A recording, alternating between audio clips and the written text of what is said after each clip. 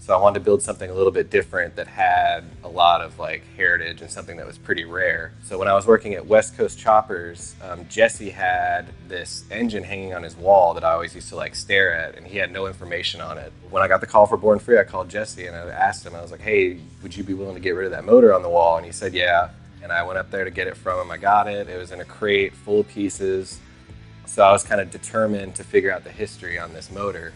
And I found a forum, an old Speedway racing forum. They said, does anybody remember that Harley-based MSM motor that Clary Myers had in his Speedway bike? That thing really went. But I posted on there saying, hey, I think I have that motor. Can you give me any information on these people?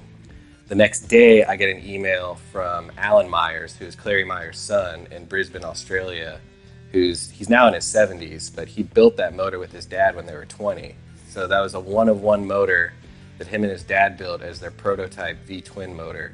And it ended up winning an entire season. It won 15 races in a row. And all the other competitors thought that they had what's called a fat motor, which means it has bigger displacement than what the regulations allow. It's supposed to be 1,000 cc's, and everybody thought it was like a 1,200 or something like that. So they ended up taking the motor out of the bike, they took it apart, and the next morning when they came into the shop to show the officials, the shop had been broken into and the motor was gone. And they never heard about it again for 50 years until I ended up contacting him. Alan, at first, didn't really want anything to do with it, and I was worried that he was going to want the motor back, because I have his stolen motor that he's been missing for 50 years. But he was really cool about it, and he actually ended up remembering like all of the specs of the motor while me and my engine builder here were trying to reverse engineer it because we just had it in pieces.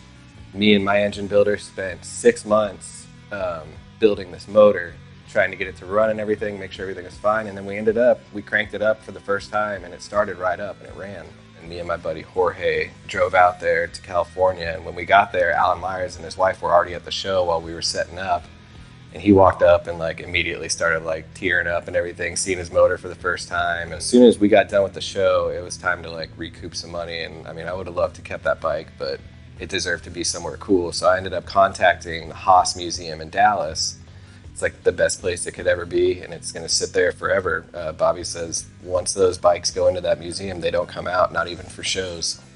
So it's in climate controlled, it's got people that maintain it, so it's the best case scenario for me.